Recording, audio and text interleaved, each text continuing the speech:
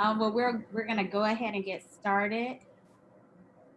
Good afternoon, everyone. I'm Sonya Pryor-Jones with the Fab Foundation and super excited to be here with my colleagues from around the world to talk a little bit about K-12 education from a global perspective through the Fablab network.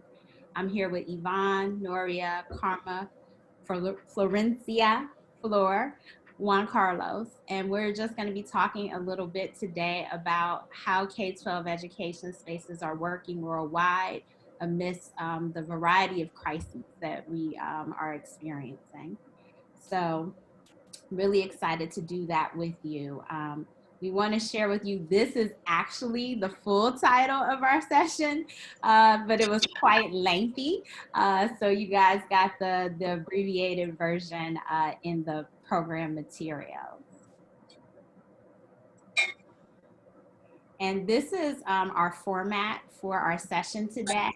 Our goal is to, do these introductions, and each of the panelists will also fully introduce themselves when they speak, a little housekeeping, and then we will also have moderated questions. I will moderate some questions for us that we have prepared that I want to share with you. And then at the end, there'll be audience questions as well. And so we'll give you some further instruction around that. And so again, these are our panelists, and I'm really excited to be here with all of them. We convene on a monthly basis and talk together and share practices and information. So we wanted to bring that to all of you today. So I'm going to turn things over to our very first presenter, Ms. Florencia Arigato, who is going to be speaking with you. Thank you, Sonia. Well, as you said, my name is Florencia Argüello. I am co-founder of Fundación Fablab Córdoba and co-founder of Insight Consulting and Training Agency in Agility and Innovation. At Fundación Fablab Córdoba, we work in synergy with different networks, institutions, and sectors to transfer capacities for innovation. In relation to what we do for education, our last big goal before pandemic was a tour to 100 rural schools together with the Secretary of Communications and Connectivity of the government of Córdoba. We were able to share our workshops on 3D printing, electronic and robotic, and it was an amazing experience. On the other hand, to Hilaria Lamana, since 2014, we have been collaborating in a voluntary way with this amazing network, the Fablab Kids Network. And recently, we have joined the Digi community, thanks for the invitation of Henry Sanchez from Fablab Peru.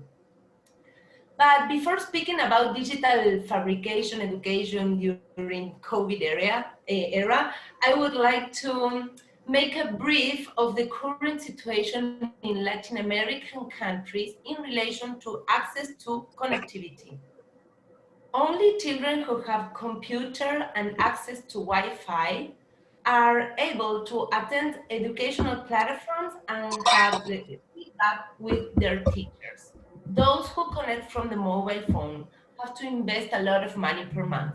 Low-income families have to choose between paying for the daily food or paying for mobile data. Governments are working to provide free and open access to internet, but it is not the same everywhere. All Latin American countries have one thing in common, that is that equity and equality in access to virtual education cannot yet be guaranteed, not to mention introducing manufacturing tools into this equation. The reality is that few schools have 3D printers, mostly the technical schools, and because the cost of the machinery, the CNC router and the laser cutter makes it impossible to install a Fablab in situ. Due to the pandemic, on this side of the world, we have taken a step backwards in the revolution.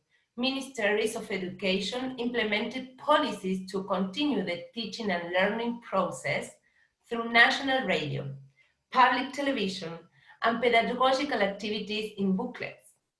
So another important thing to consider is the role of the family. They have this great responsibility in the academic formation of their children. They have the challenge to be teachers and parents at the same time. And the families that have no technical resources or they're in low income areas, they cannot continue or accompany their children with this learning process, and they cannot have an effective communication with the schools. On the other hand, the schools have to support these families in an emotional level. And apart from that, the schools have to make the necessary reforms for a true digital culture. Teachers need to be trained in new skills and abilities to increase the motivation of the students in the practice of this self-learning process. And that is something that we will be promoting from the Fablab Kids Network for years, as well as the learning by doing, learning by playing, and learning with others. Cultural recognition is fundamental for understanding situations that digital technology face when trying to be integrated to formal and informal education. At Fablab Kids Network, we work in collaboration with experts in different areas, for example, designers, architects, educators, psychologists, pedagogues, to celebrate and enhance the value of multiculturalism through technology. This year, the Fablab Kids Network works focused on the respect for the diversity, the value of culture, the value of the cultural exchange over the manufacturing itself. The use of technology was linked to the possibility of sharing experiences, knowledge, and culture in the Global Kids Day, where we celebrate the Day of African Child. We were globally connected simultaneously with a lot of countries over the world, more than 190 kids online at the same time. It was crazy. And it was about learning from African culture, making a dish, drum, and mask, and sharing multicultural songs with all the Fablab network. This allowed the kids not only to develop a specific skill, but also train transversal skills, useful to stimulate the cognitive process and awake their creativity, motivating them to work as a real team. Well, I'm run out of time, so I will say that this event was coordinated by Ilaria Lamana from Italy, Qatar, and all around the world, Martin Oslo from Kenya, Ezra from Sudan, Alejandra Diaz from Mexico, Alex Garcia, Marcela Manfredini, y Florencia Garcia from Brazil, Jimena Khalifa from Argentina, Kato Masakazu from Japan, Norela Coronel from Colombia, and Francisco Sanchez from Spain, with the support of the Fab Foundation. Well, that's it. Thank you so much, Flor. Now we will hear from Bhutan. Either Karma or Sewang is with us today. I'm not sure. Is Karma there? She was having a hard time. I think she's having I just resent her the info. So I will present Karma. Unfortunately, she couldn't join us today. I think there's some connection problem. My name is Sewang Nintu. I'm from Fablab, Bhutan. I've been working together with the Karma and the Fablab Bhutan team over the last 4 or 5 years now. So today we would like to just share you some of our experiences and some of our strategies that we have laid out. First, since 2016, the 17 that we have opened the Fablab Bhutan, first Fablab Bhutan in Bhutan. So our immediate strategy was to focus on advocacy, outreach, and now a befitting response to the COVID-19 through our digital fabrication skills and tools and access of the technology. So talking of the advocacy, it has been very important for us that we are not only a grassroots society, but we also wanted to have the policymakers and institution leaders, all of them should come on board So therefore, like over the last 3 years, we have conducted more than 430 hands-on workshops to the policymakers. To that extent that the People's King of Bhutan, His Majesty himself, has also visited the Fablab from the Prime, and then several other government agencies, bilateral institutions. So they all have been in and out of Fablab Bhutan. And as a tangible result, we have reached out to set up a digital fabrication infrastructure for Bhutan. So which means that like now the government of Bhutan has adopted as their development plan. So in the wake of, we are going to have more than like 12 Fab Labs in Bhutan. And out of that, one is a super Fab Lab, which we are going to supposed to be having up and running in August, but due to coronavirus, it has been extended. The main purpose of the super Fab Lab is to make a maker Fab Lab so that we could distribute to all the schools throughout Bhutan so that they can engage and learn in this digital fabrication skill as well as STEM education throughout Bhutan. Likewise, we also made lots of outreach programs. So last year we worked together with the National STEM Olympiad, and here we again use artificial intelligence sustainable farming. So here we brought in almost all the primary schools throughout Bhutan has participated. Out of 230 schools, we selected 20 schools, and this here we have trained trainers and facilitators and teachers and all this. And for us, it has been very important for our director Karma. It has been important to have the gender equality, so we have made it mandatory. So here we have more than 82 girls and 85 boys who have competed in last year's robotic competition, and the winning schools has went further to participate in the first global. The second second slide. So likewise, we also not only to the education, but also reached out to the youth communities and all this. So we have like 13 integrated youth centers who don't have much. So here we again have given access to the digital fabrication technology and skills. And sometimes they come to our lab. At times we go to the different areas across Bhutan, and then we simple and train them on that. And then here we have more than like again 63 females, girls, and more than 1,300 plus 300 hands-on trainings has been conducted by the Fablab Bhutan team. And now in the befitting responses, in a way, in a sense, is that in the recent pandemic tragedies that we are all experiencing right now, Bhutan was not also, has also the same. So immediate challenge that we faced was the supply chain. And here the Minister of Health, the biomedical engineering departments, they have all reached out to Fablab and see if whatever technology, whatever solution we have, that if we could do something. So here we have tested out some of our own 3D printing masks and all. But above all, one of the most challenging was the swab, nasal swab test that is not, we cannot procure because all the global supply chain was shut down. So only space that we have was that we could actually 3D print all these. So here we have 3D printed right now more than 1,000 nasal swabs, and we have iterated our design so that it can fit to both to the small as well as to the adult. So this test is right now going on.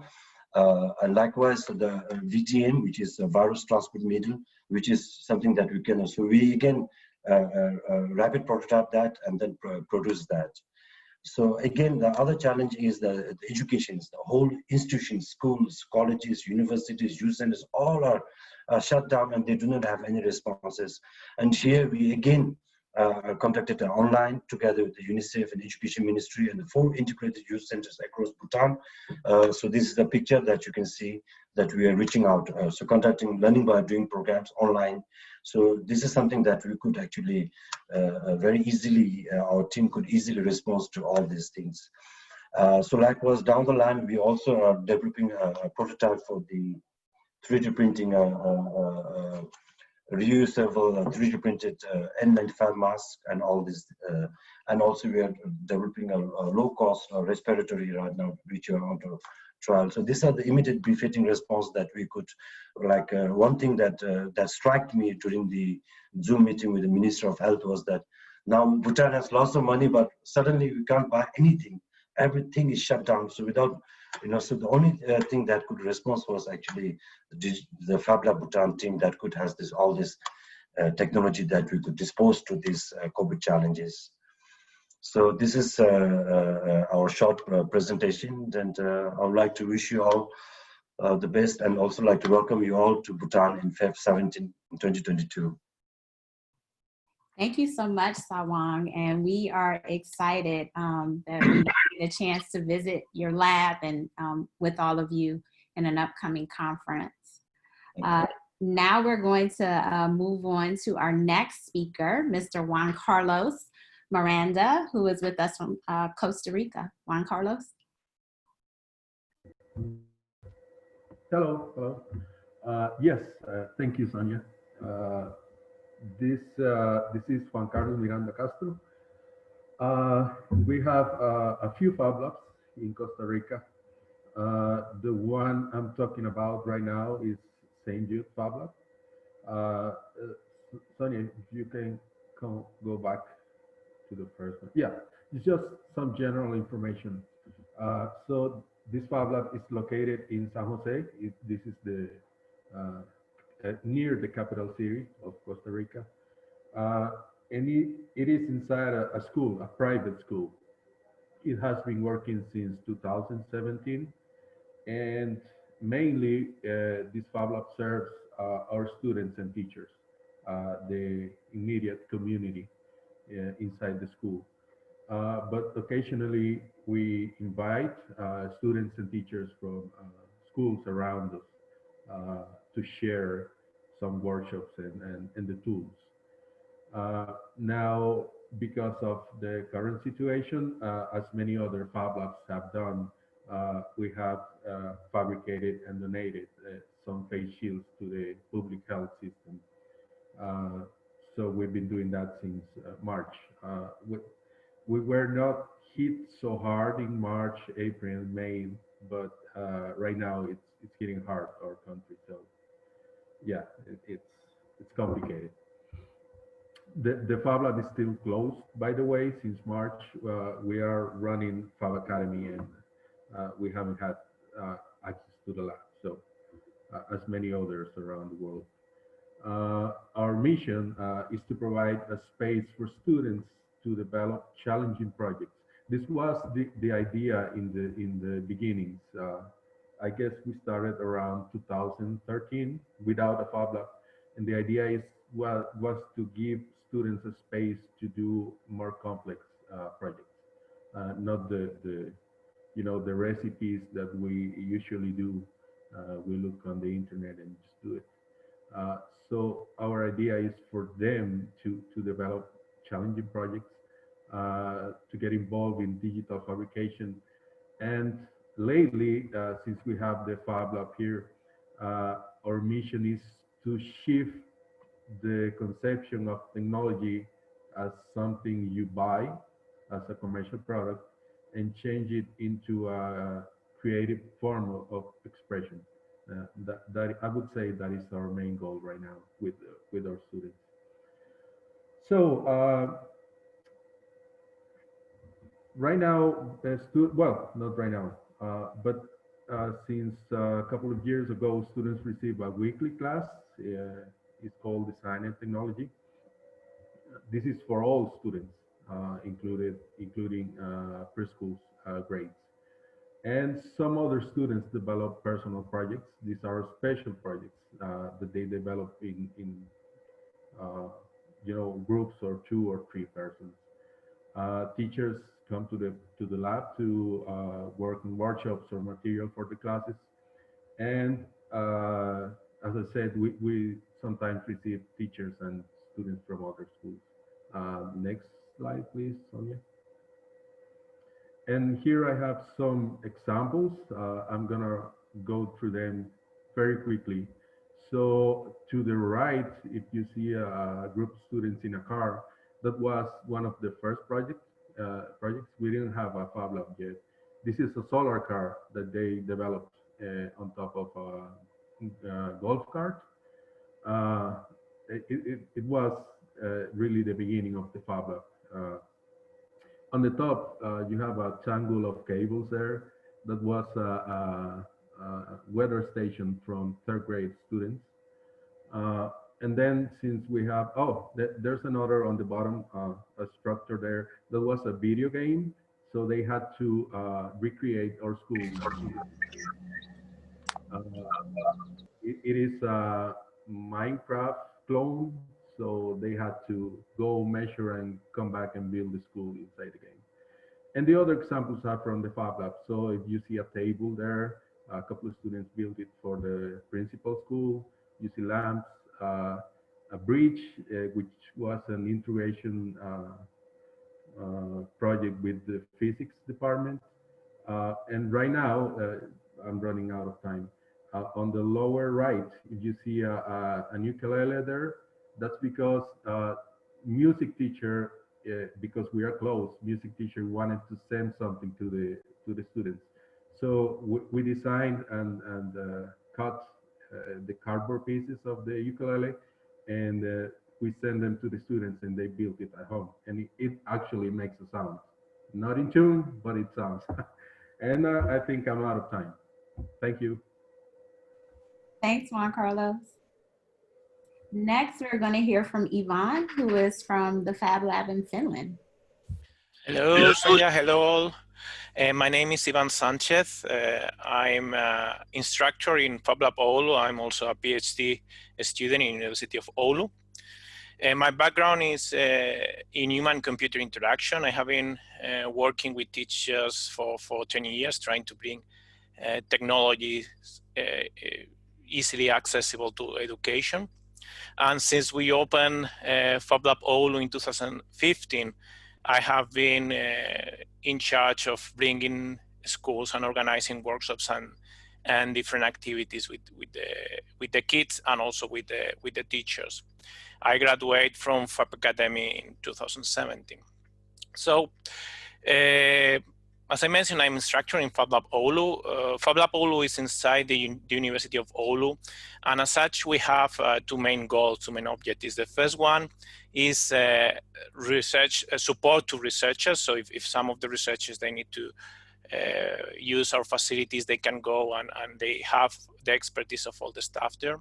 And the second thing is education.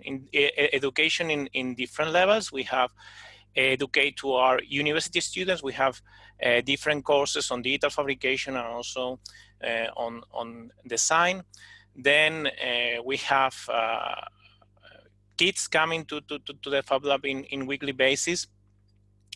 We have our Fab Academy students, and in the last 2 years we have been also training teachers in the Fab Lab.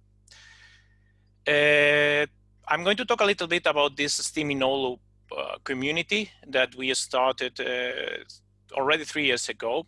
So one of the goals of the Fab Lab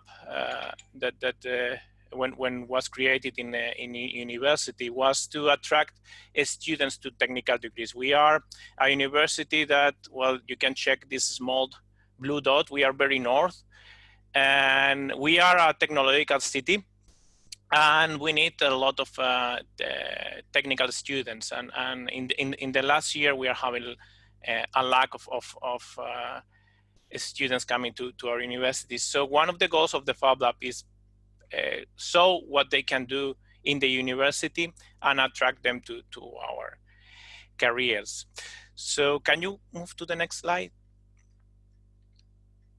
So we were since the beginning. We were in touch with the teachers with different schools. They were coming often to Fab Lab, and some teachers and some of the principals realized of the potential of digital fabrication, and they would like to go further. So what they did was to apply some funding from the National Board of Education here in Finland, with the goal of building a small community. Trying to bring STEAM education, informal education, by exploiting digital fabrication tools and processes. So this was the main goal of this project. During the first year, we have 6 different schools. And we managed to involve not only the teachers of the schools, but we managed to involve also principals. All the principals of the 6 schools were coming to Fab Lab. We have researchers from the University of Oulu, both from the electrical engineering faculty and from the education faculty. We have also some staff from the city of Oulu. Some of the teachers from the schools, they were working also in the city as a part of the administration staff, and of course as Fablab Oulu.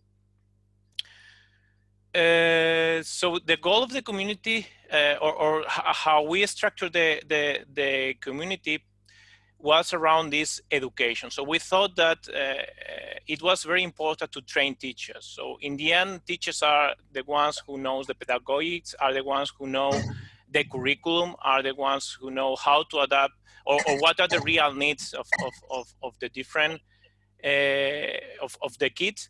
So we thought that it was very important to involve the teachers. So to that end, we involved in different ways. One, it was formal education in Fablab. So teachers from the 6 Fablabs, from the 6 schools, they were coming to a course in the Fablab during 6 months. It was a workshop, one-day workshop on monthly basis. But then the teachers, they learned by themselves. They got some funding for self-education, and also the teachers, they organize events to teach other teachers. The idea is to have them involved as much as possible. In order to create a community, it was not only the training is not only important, but we organize different kind of activities such as hackathons. We organize different workshops, thematic workshops, and other more, let's say, community building activities. And nowadays we have 15 schools in the network. You can see them in the map. From the one that we have more in the south to the one that we have more in the north, we have there are 60 kilometers more or less. Is Ili Kolu is the one that is farther from Central Fablab. And I guess that's all. Thank you. Thank you, Ivan. Now we're going to hear from Nuria, who is in Spain. Hello all. Thank you, Sonia, for inviting me to this group. Okay, my name is Nuria. I'm the manager from Fablab León. I did the Fab Academy in 2012 and the Fab Academy in 2017. And since then, I am an instructor of both programs. Fablab León is located in the small city with the same name, León. It is located in the northwest of Spain. It's a small city of almost 100,000 people, and it's 300 kilometers far away from Madrid. It is part of a non-profit foundation created by a small local company. And the mission of our foundation is to stimulate entrepreneurship, leadership, and enthusiasm in science and technology. Fablab León is mainly focused on education, and it is also open to the general community. There are some communities in the city close to the lab as teachers, artisans, fashion designers, entrepreneurs, and of course, makers who come to the Fablab to meet each other, forming what we call groups of interest. And the Fablab works here as a bridge between different communities with common interests, and this is the main contribution to this community, bringing to them knowledge and tools. So we open our space to every citizen and of course to students of schools who come to the lab to visit the space and make some tech activities. For example, using little bits to make rapid prototype projects with a social interest. Sometimes we make these activities in the schools also. And the main impact on the community is the contribution to the democratization of this kind of technology.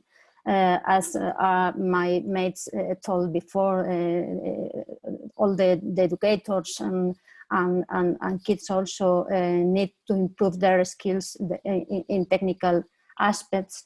And maybe this improving of this skill, it was a trigger with the response of the maker movement against the COVID-19 crisis, where lots of people with a 3D printer in their houses started to print PPEs. For example, the face shields. They have a machine that they know how to use it, and they could print the object. If you can go to the next slide, please. There are pictures of different activities we do with these communities. We have made also training courses for teachers because we work with regional institutions that have funds to teach teacher to improve with these skills, tech skills. So we have made some conference and made some activities for them. And also training courses for teachers who want to include digital fabrication in their classes. We have also 2 after-school programs where students come to our labs. They are called Poderosas for girls from 6 to 12, with the aim to inspire girls with tech projects attractive for them and reduce also the gender gap in tech. And the other program is Jóvenes Makers, the translation of young makers, for girls and boys from 12 to 18. This program is inspired by Fab Academy program, where students learn weekly assignments oriented to make a final project that will present to the community at the end of the course. With the COVID-19 situation, we couldn't do any presential education. That is the aim for the labs, to make things and share together tools and materials. Students were at their homes with lots of school homework, and they seemed to be very stressed with all the work they had to do. So we planned some challenges they could do easily with at-home materials like paper, scissors, and of course, toilet paper. And they had to make a challenge that we proposed, and sometimes these challenges were proposed by their own.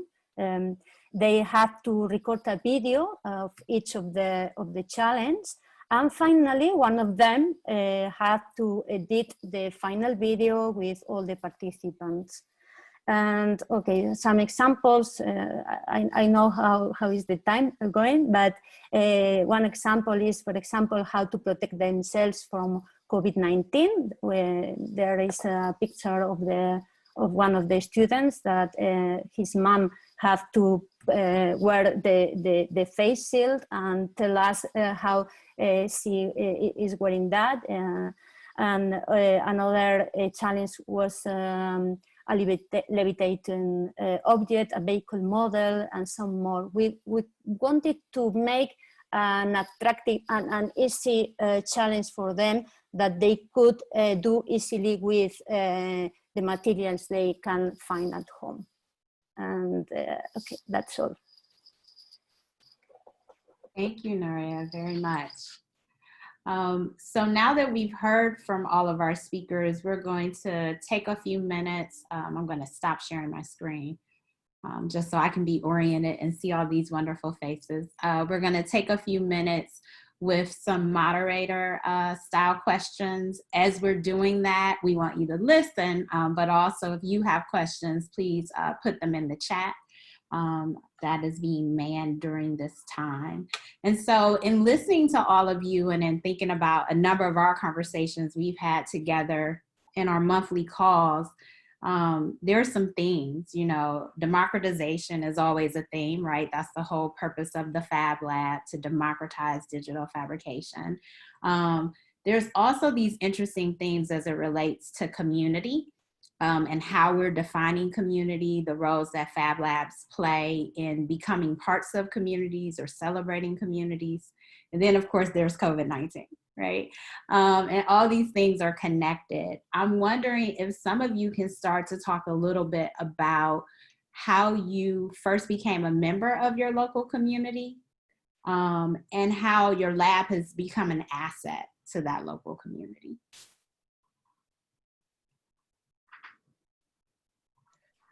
Who'd like to start? I see a couple of faces. I can share my experiences. Actually, I think the experience of the Fablab Bhutan journey to Bhutan is a very beautiful experience, in my humble opinion. Actually, my education background, I'm a technical designer. I once saw a program of the Fablab on CNN, which was in Africa. So I was in Bhutan, eating my breakfast and then watching the CNN. And then suddenly I saw about the Fablab. That was my first acquaintance. And then over 2 years, I did so much intensive research. I traveled across Europe and many different Fab Labs across Asia. And then finally, we succeeded to bring the first Fab Lab to Bhutan. And at that point, we didn't even know anybody from the Fab Foundation. We actually met each other on first day in Thimphu, when they came with the equipments and everything. And over the last 3 years, it's so hard feeling that the people, the participants, like we always been like we try to stay humble, but we have like differently able people. We try to bring in those people who are a little bit like who do not have much opportunity. Sometimes like the alcoholics, we even give them. So it's that the community spirit and bond that we have built with the different types of people was such a wonderful experience. It's a huge honor.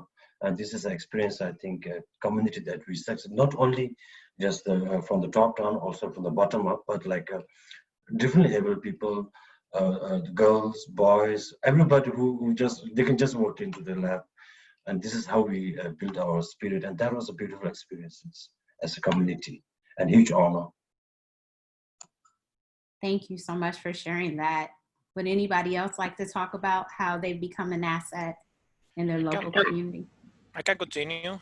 So basically, what we did in Fablab all was to introduce digital fabrication to the schools. Majority of the schools, they knew a little bit about 3D printing, but no more than that. So when we opened the Fablab and we start inviting the schools, inviting the teachers, inviting the principals, I think it's very important that we work with the principals, because in the end, they are the ones who are taking the final decisions. At least in Finland, they have quite a lot of decision power.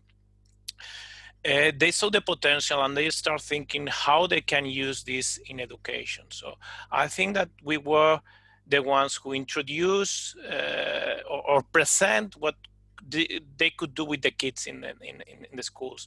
And then we had a very important role training teachers, educating teachers. So in the end,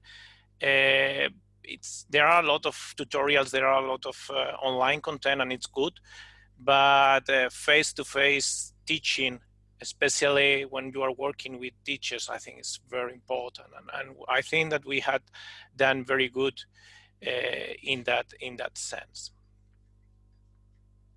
So yes, basically. Thank you.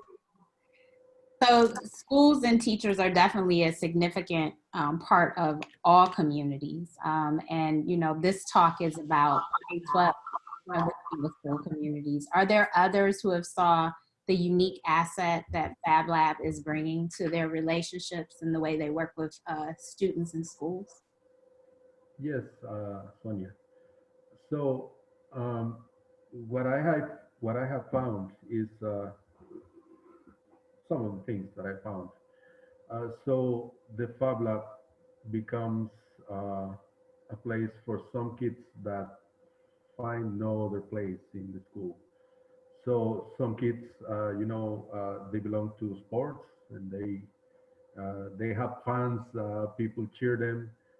Some kids go to arts, singing, music. Some kids have 100 in everything. But some kids, they have not found their space. And I had the opportunity to work with some of these kids. So I remember some of them building a project and then having people talking to them because of the project, which didn't happen before. we saw parents coming to the school to see their kids' presentation, and they didn't do that before because their kids never presented anything. So that's one thing that I've learned. So the Fablab becomes an asset to the school because it means we can provide another space for students to develop their skills and to express themselves. So that's one thing. Other thing is I found that we are a private school and public schools need these too. So we make an effort to invite teachers and kids from public schools, but it's not enough. So we need a system of this kind of spaces in the country, in every city, so that kids and teachers can come and enjoy and use the machines and the space. So because of that, one of my delayed projects is to develop the professional development program for teachers. As long as one or two teachers are the only ones trying to spread this, it won't work. We need more teachers. We need more people on board. So for this, I have spoke to a couple of public universities. So I guess this year, because we are more time at home, will be the year that I finally do it. So I will be happy to share it.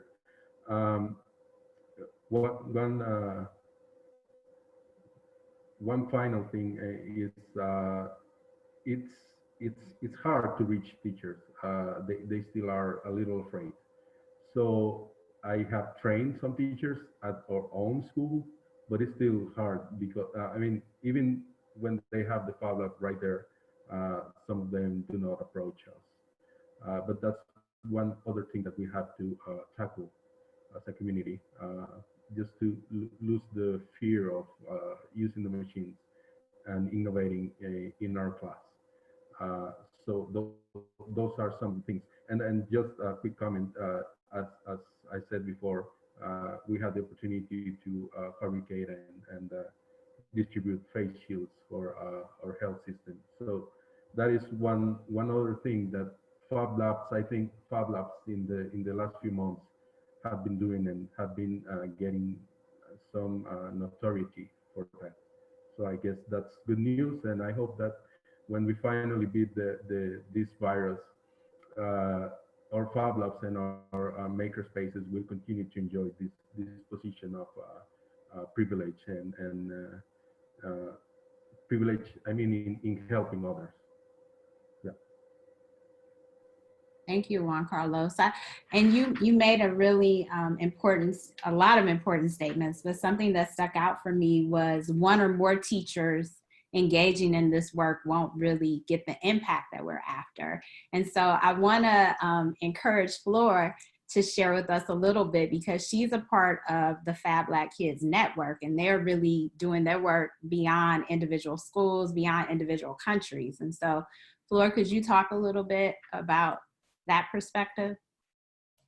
Yes, and I remember in the Fab 13, I think, we were saying with all the team that the traditional way of education, the formal education, was outdated in relation to technological advances, limiting critical, analytic, and inventive thinking of children and adolescents. At that time, we were saying that children were being trained for jobs that probably wouldn't exist in 15 years. And now, well, COVID came here to throw everything away, but we felt the need to share our way of doing things, and we wanted to spread this spark of makers to bridge the gap between teachers and fabbers. That's why we were working always to share this about multiculturalism, the respect for others, and all the workshops that we do prioritize those values.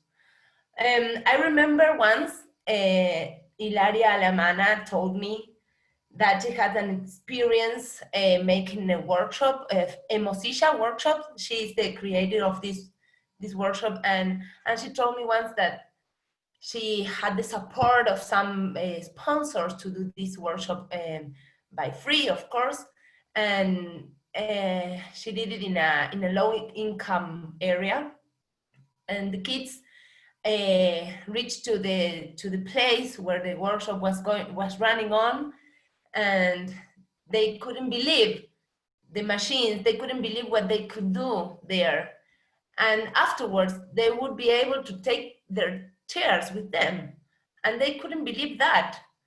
And some people were without their tennis shoes, but they were with their chair, and that experience, that moment, it was enough for continuing with this road, you know. And well, that is one of the signatures of the Fablab Kids Network also, no? The possibility to be distributed, and the knowledge, and this for example, this workshop precisamente was replicated in Japan. Here is also Kato from Japan that is connected right now, and he can talk about this experience also, no? That he could adapt all the documentation, and he put his impronta, I don't know how to say it in English, to show how this mix of cultures can be powered by this network. And I don't know if I answer everything you want me to.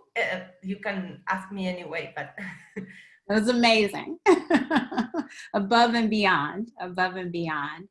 Well, before we move on to a couple of other questions, I just want to check and find out if Nuria or others wanted to comment on anything we've discussed thus far. Yes, I wanted to share my experience, because things are quite different from 9 years ago when we opened our Fab Lab, that we have to convince everybody about digital fabrication and so on. We celebrated some Leon Mini Maker Fairs during 3 years to share with people what they could do with this kind of technology. And now people knows about the good of this, the goodness of this technology, but they don't know how to do with that.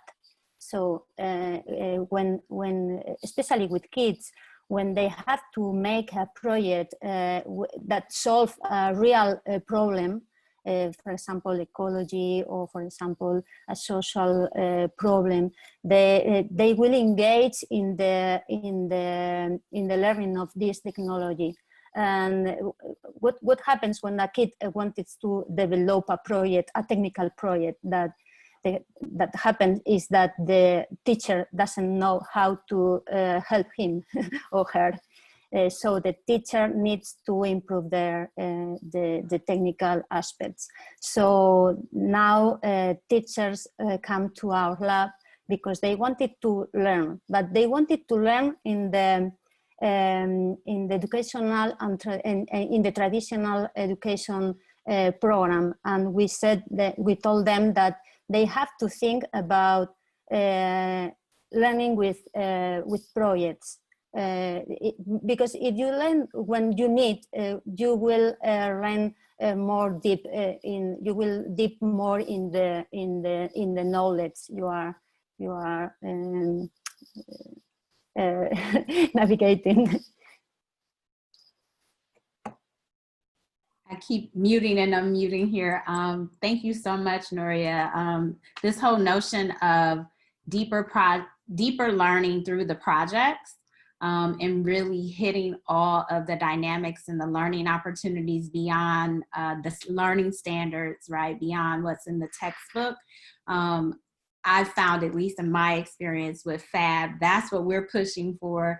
But traditional school spaces have not been designed in that way. So it can really be a rub and a challenge. And I think a point made also earlier by Juan Carlos, a bit of the fear around the technology and that very traditional way of thinking as teacher, I have to have all the answers versus learning together through the project. So thank you so much for that. I think we're going to go for another question and then we're going to turn it over to the audience. And so audience members, please start thinking about your questions, put them in the chat, and we'll get those answered for you. And panelists, please, as you're doing this is very dynamic, we hope. Pay attention to what people are saying to you in the chat. You're getting some shout outs. I saw Alejandra's here. We love her. And she's giving some shout outs and doing some translation for us there as well. So thank you. I wanted to talk a little bit about the COVID-19 reality. It's come up a little bit in some of your comments, but can you all share how you're thinking about doing your work differently as we all live in the midst of COVID-19. Talk a little bit about what that work is going to look like potentially with teachers and students in the upcoming academic year. Who'd like to start? I see heads nodding.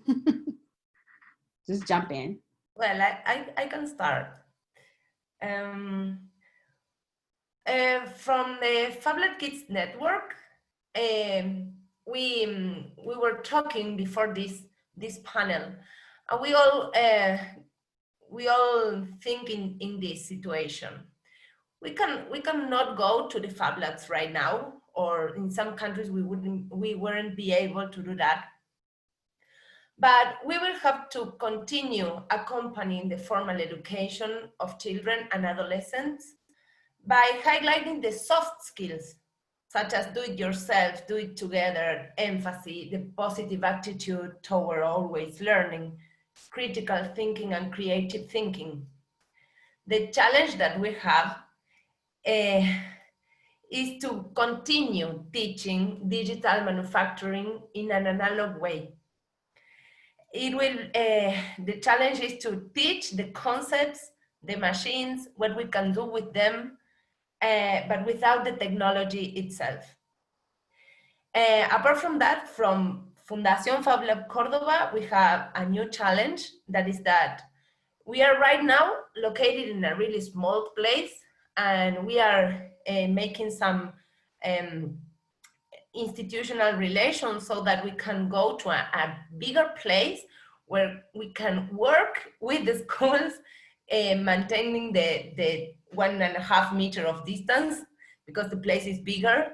And apart from that, we will continue with this online mode of teaching. Right now, we are supporting with content to the Digi community. That is a platform of e-learning. It was created from for Henry Sanchez from Fablab Peru. He invited us to that. And we are working there with the concept of the design thinking, but centering putting the focus on the COVID and emphasize with the children. Because nowadays we think that nobody is thinking about them.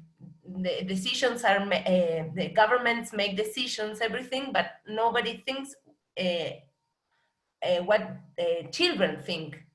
So we wanted to work with them in a specific topic that involves them, that is how to play in recess, respecting the health and safety standards, and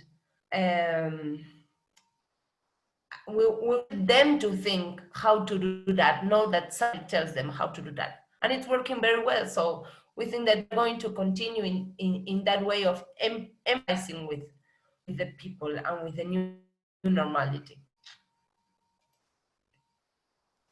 Thank you so much, Flor. Your comment about the powers that be not thinking about the children and what their thoughts are is really a big deal. One of our winners of the Teacher Innovator Award, Tyler Colson, if I have her last name right, one of her things that she did with her students was teach them coding remotely.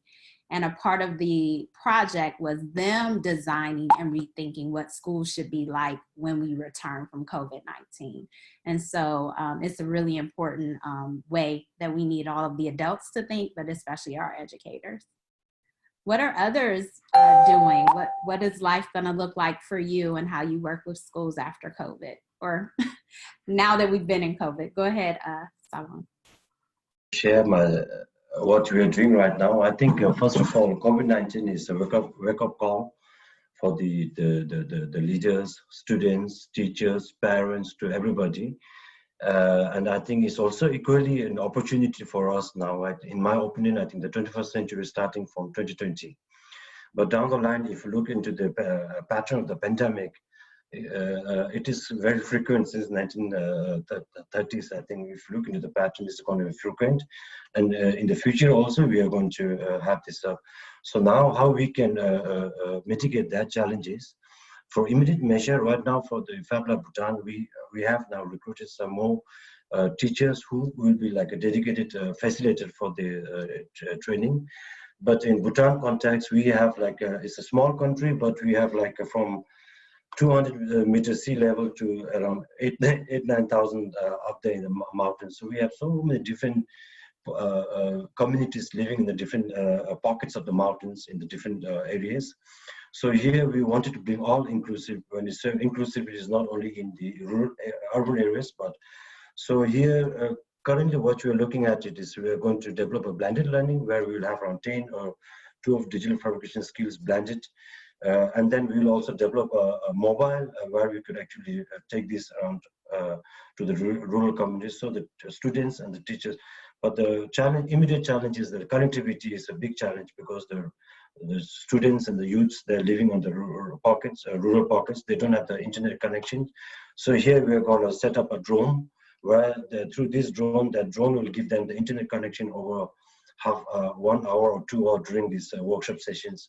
So these are the immediate challenges that we're looking, not only for the COVID-19, but beyond COVID-19 also. I think this could be a long way. I can hear also others saying that it's not enough just to have 1 or 2 teachers, but to have the pool of facilitators across, in our context, across Bhutan, because we are ethnical hub.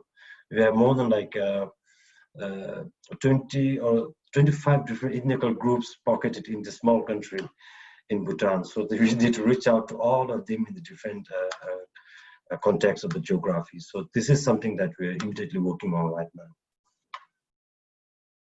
That sounds pretty intense, and that kind of geographical diversity and figuring out ways to address it.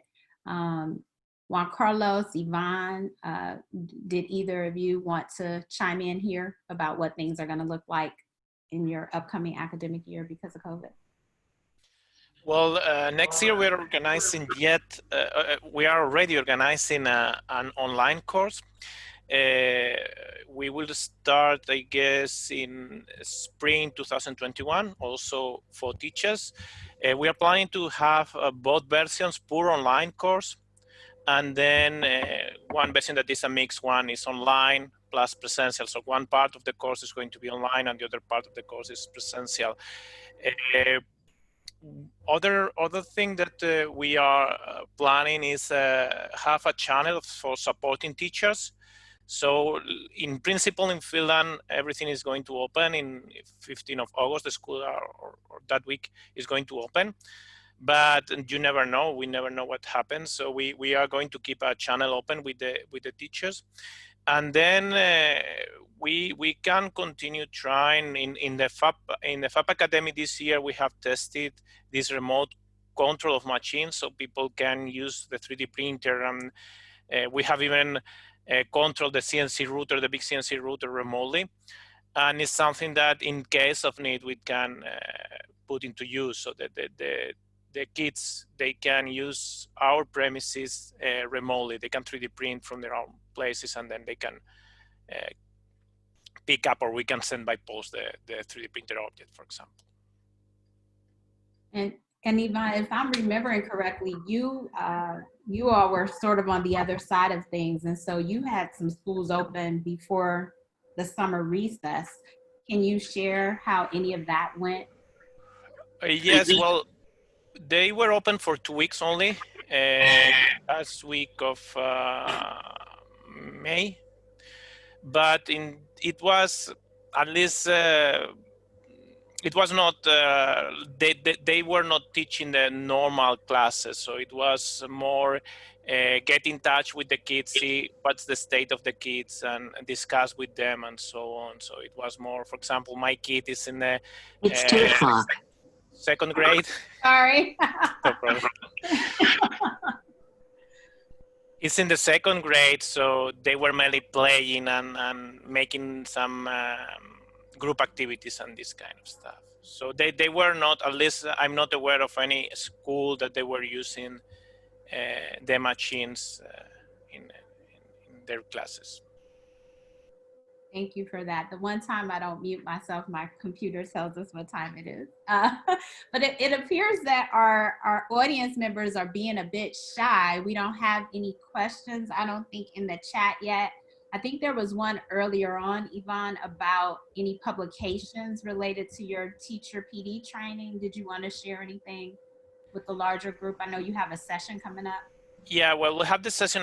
I will explain in more detail on Friday, but I have put the link of the first publication that we have, and we have another one that is under revision. We have to do some minor changes, and it will be published, I hope, in 2 or 3 months. And this new publication is in a journal, and it will explain in more detail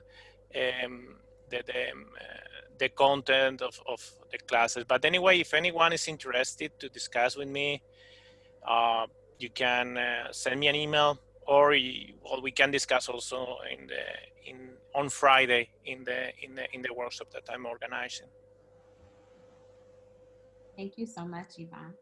Well, panelists, do you have any questions for each other, or just any other general comments based on our discussion that you'd like to share? We do have one question that is in the chat. You want to start with that one? Why don't you go ahead and share it, Lydia? Okay. It's from Luis Alberto. He says, I wonder, how do you work with aspects apart from science and tech knowledge, like community self-knowledge, community fears? Also, what are the helper and opposition elements on the processes from your experience?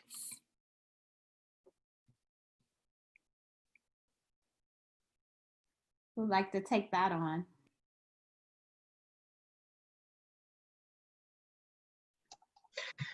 Actually, for us, for Bhutan's aspect of the Fab Lab, for us, actually, whatever we do is everything.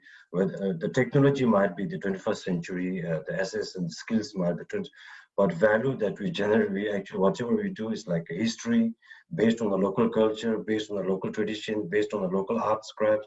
So this is where we actually use that tradition and then bring the technology, and then, so it has been the integral part of our society, community, whatever we do. We just use as a medium, but we actually try to depict the story and give the meaning of the history and art and culture. So it has been part and parcel from our aspect, from my understanding, I think, the digital fabrication journey in Bhutan.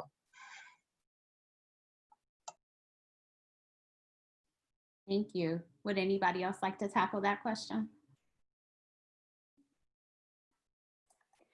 I agree with Juan, because one of the important things for the community is to understand what are the resources, for example, and what are the main problems they have. And if they can afford a problem with some resources, they will be able to afford anything, or almost anything. For example, one of the things I wanted to share with you, it was about the rapid prototyping about the face shields we have to do with the COVID-19, because the success of the maker movement maybe was that we prototype very rapidly, very fast. So when we had to convert the educational program that we usually to make with our hands, we had to switch to online version, and we could rapidly make this change.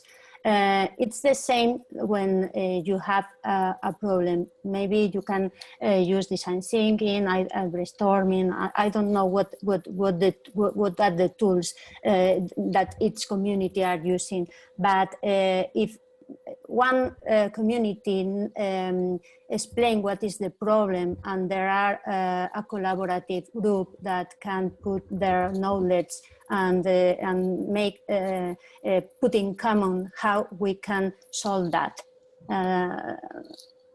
That is my point of view. Thank you, Nuria.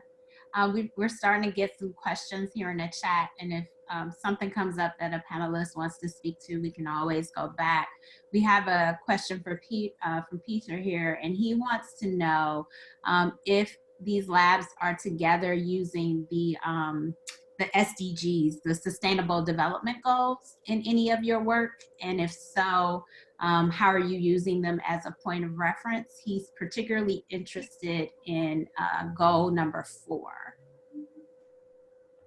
Yes, goal number 4 is labeled quality education, but all these goals are not just labels, and you can invent your own content for the labels. That is what often happens, but that is not the intention of the goals.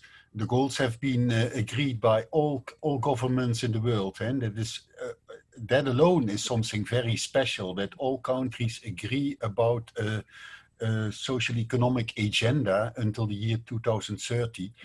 And all things related with education are in goal number 4, but there are more places interesting for the nice work you are doing. So I was wondering, I have included here a file with only goal 4, the targets in goal 4, so that you see that it is more than quality education. It's about real education for all, up to secondary level and wherever you live. And all means 100.0%. And that is totally different from 95%. And it is not about alphabetization. Sorry, I cannot pronounce that word. Because then you only can write your name. It is about real secondary level in a way that makes sense for your future work and your place in society for all. So I was wondering how this lives in your circles, because you are busy with very interesting and good things, and it would be great if that could be connected with the greater world. And at the other side, I can say there are already a lot of Fab Labs, maybe some of you as well, that have set up their SDG profile. You can find it in the link I included in my message. And you can analyze their profiles, 2 or 3 or 4 SDGs that are most important for them. And then you see that 87% of the Fab Labs, they say number 4 belongs to our profile. The top is there. If there is one thing in common for the majority of labs, it's 87% for SDG number 4. And that is something that you can use from one side. What can you do to connect better with the SDGs? And from the other side, do you know that 78% of the Fab Labs who are in majority not here present have education as one of their top priorities? And if I could just have you pause for a moment. Thank you so much. You provided a lot of context. I love for the panelists to get a chance to respond. because we've got a couple of more questions we want to fit in as well. And so panelists, can you talk a little bit, if you are using the Sustainable Development Goals, how you are engaging with those? I can share you. For Bhutan, it's easy because Bhutan, we have gross local happiness. That is our operating policy. But Fablab, we do it gross local happiness with the gross up, so we try to balance that. But in our opinion, the SDG and the gross national happiness policy is more or less the same. But above and beyond, I think the most important part, in my opinion, is like from SDG goal 1 to 16, like a 4 being education, all this is all okay. But goal number 17 is also equally important. And this is where I think the Fablab Global Network is an excellent vehicle to explore, because goal number 17 discuss about the collaboration, sharing aspects, right? So whatever goal number 1, 2, 3, 4, 5, now we are here doing this goal number 17 at the very moment. And this is the beauty of the goal, where we share with each other. Actually now in the COVID-19, the collaboration is so important. So, and Fablab Network, Global Network is an excellent vehicle to drive forth the goal number 17 in the SDG. So when you are going to set up your profile, I know already that number 17 will be one of the 4 or so that you have in your profile, because Bhutan is not yet on the list, and Peter? Argentina is not on the list. Costa Rica is not on the list. Peter, I'm so sorry to do this to you, but we do want to give the other panelists a chance to respond to your question and move on to the next. If there's time at the end, we can come back. Oh, Sonya, sorry, can I make a short comment to this? Yes, please. I think that one of the key aspects, if we want to go for education for all, is that we need to be closer to schools, be closer to formal education. So traditionally in Fablab, we are organizing after schools workshops for kids that they are interested in this.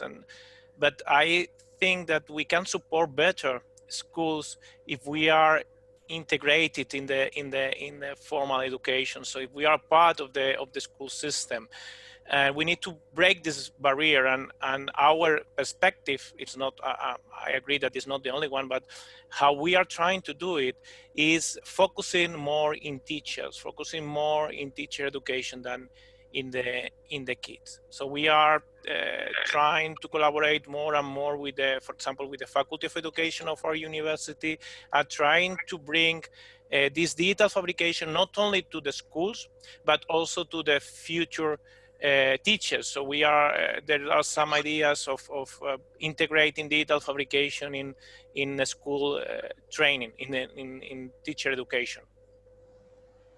Thank you so much, Yvonne. And there's another really good question that I think deserves our attention from Ben that we want to delve into. And interestingly enough, there's another session happening right now that is focused just on diversity and inclusion. But Ben's question here, he comments, unfortunately, the majority of the students that take classes in our Fab Labs are white males. Fab Lab participation should match our community demographics. What advice do you have to expose or recruit underrepresented populations to come experience the Fab Labs? Yeah, I can make a little comment. Well, in our case, design and technology has become a class, so it's part of the curriculum. So everybody should go there. But having said that, it shouldn't be because you have to go. I guess we would like to see students come to Fablab because they want to be there. So, and one other thing, people were talking a few minutes on the chat, that the Fab Labs should not only give the image that they are all technology and all tools. We can change that view so that more people come to the Fab Lab, more kids. It should be more about expression, a place that you go and you share and you express yourself. So if we change that point of view, maybe more kids will be interested. Maybe they say, I don't like computers, so I don't go there. but that should not be the case.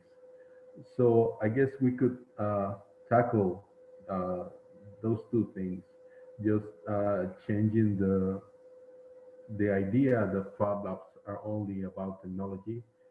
And when we have the students there hooked on a project or something else, maybe we can spread the idea that technology is not scary at all, and it should be only a tool to achieve whatever we have in mind, and whatever goals or problems we need to solve. The technology is good for achieving those goals. Thanks, Juan Carlos. Can others comment on this? What advice do we have about getting more underrepresented populations to come into the Fab Labs? I heard a couple of girl programs mentioned earlier. Nuria? Yeah, I agree with Juan Carlos, because I think that there are some barriers, not only economic, not only gender, also technology. And if we think that digital fabrication is related to learning how to use machines, for example, we will apart people that is some afraid about technology. But if we use that technology as resources to make things, it will down that barrier. For example, if you have to make a prototype and you put over the table cardboard, scissors, and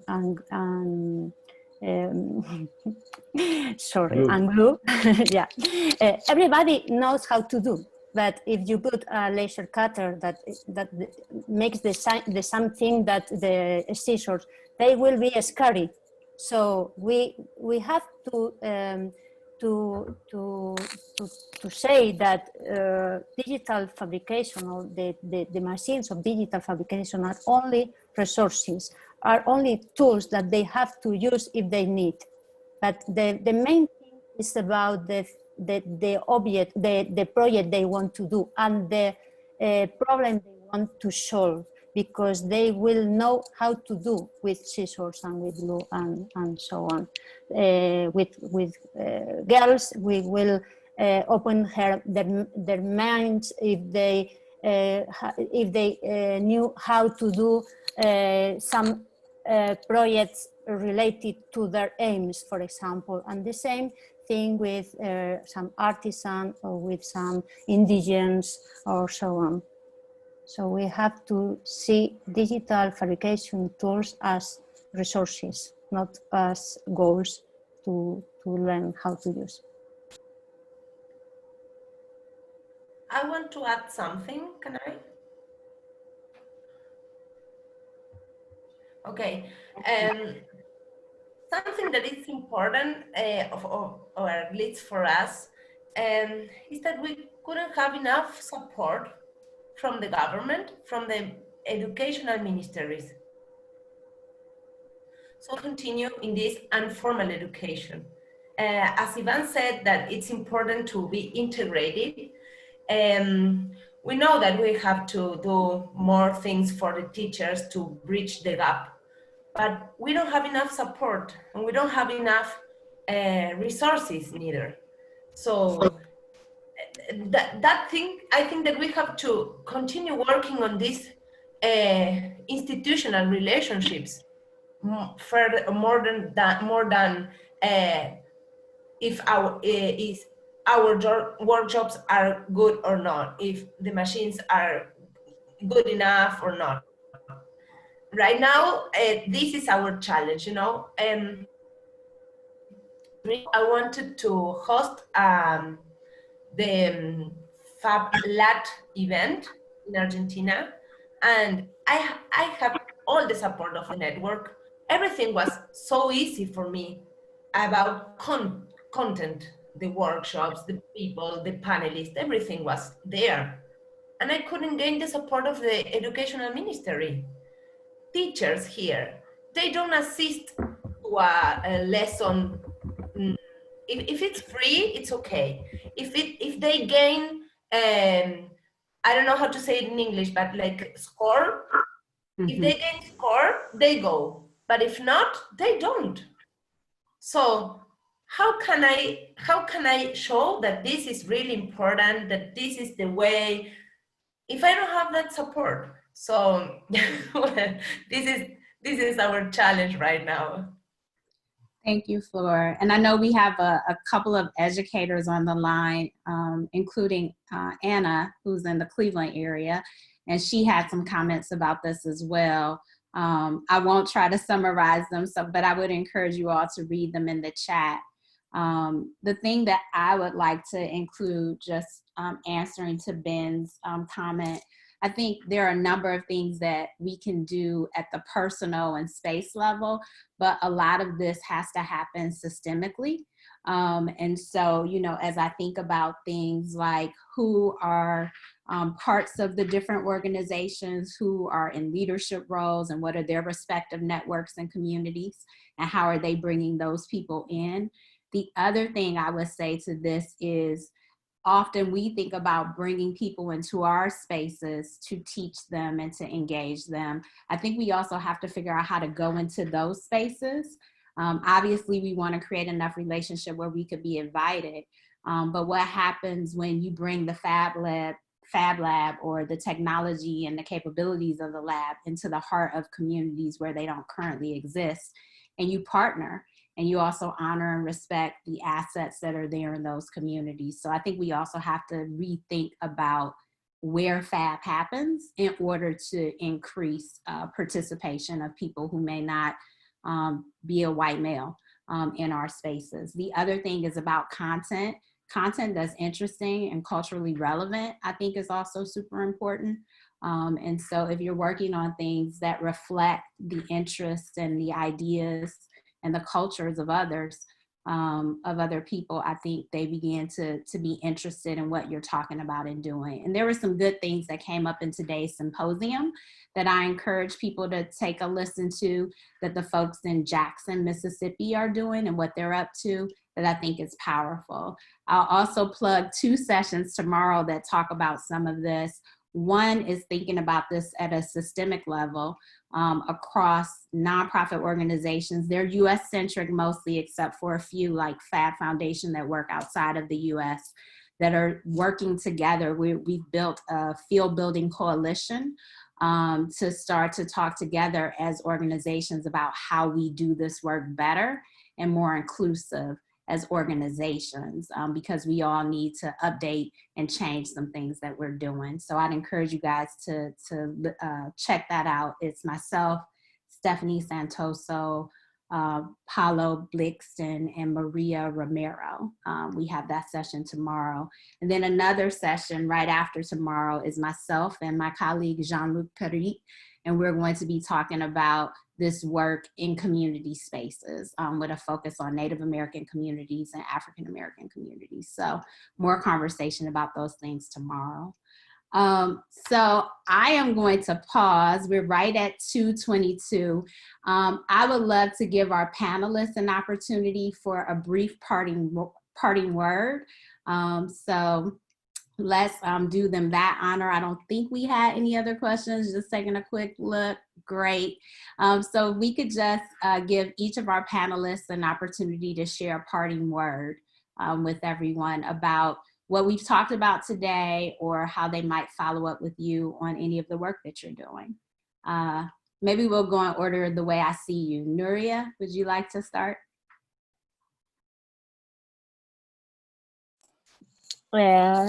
Okay, so in a summary of what we have seen, I will, because I am working with schools, but not very close with them, because there are teachers that come to the lab, but we have to improve this relationship with them. And okay, my main interest is about how we can afford the situation if COVID-19 makes us to lock down again, for example, because we are doing some challenge with the students, but if we put together some common challenge, for example, how to create the toolkits or so on, it will be incredible. Yesterday, I attended a Fablab Barcelona workshop that they were sharing some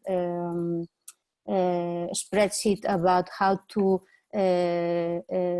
afford a new learning program to from zero. Thank you so much, Nuria. Yvonne, any parting words in about a minute? Yes, very quickly. I think that we should try to continue to get efforts closer to the community. So try to bring them more to the community. And one of the ideas that I had, and I post in the Fab X members in the social network, is that we could start thinking of creating some kind of academy program just for teachers. So it's something that I would be interested in at least trying and checking if it's working or not. Awesome. That's all. Thank you. Juan Carlos?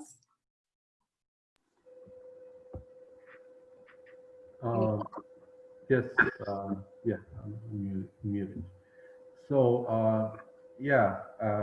well, I am a teacher. I love talking about teaching, about Fab Labs, about creating, and about bringing other teachers into the Fab community.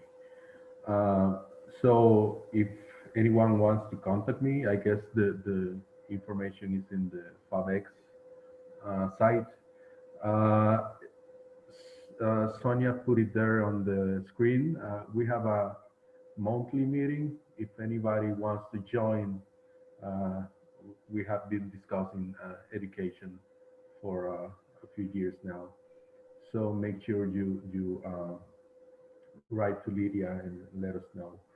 And yeah, I guess that's it. Just I think every year we have seen more and more people interested in education. I think that's the key to making our community bigger. So anybody who wants to join us, please do. We need a lot of help to reach more people, more students, and more teachers. Thanks so much, Juan Carlos. Say Juan?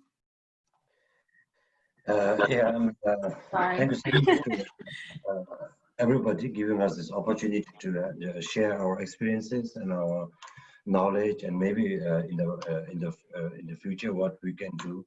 I think this some of the sharings I have definitely noted. I will discuss further with my colleagues. Until then, I guess, yeah, keep distance and be safe until we have something tangible up and running in the near future, of course, post COVID-19. Thank you. Thank you. And Florencia, you have the last. Okay, well, I think that we should continue supporting this amazing network. We all know how to work collaboratively. And I think that it's all about, like Scope says, unplug now, right now, like we have to do unplug workshops and all that stuff. So, well, thank you for inviting me to this amazing panel. It was an incredible experience for me. Thank you to all the Fablab team, Fablab Kids team that is supporting me. And thank you, Corey. I am reading there that you are going to help me to reach the teachers. Thank you so much. Thank you to all of our panelists. Thank you to everyone who shared this time with us. And please enjoy the rest of the conference. And we'll see you on the other side of the screen in a session soon. Bye, everybody. Bye. Thank you. Bye-bye. Thank you. all. Bye, thank you.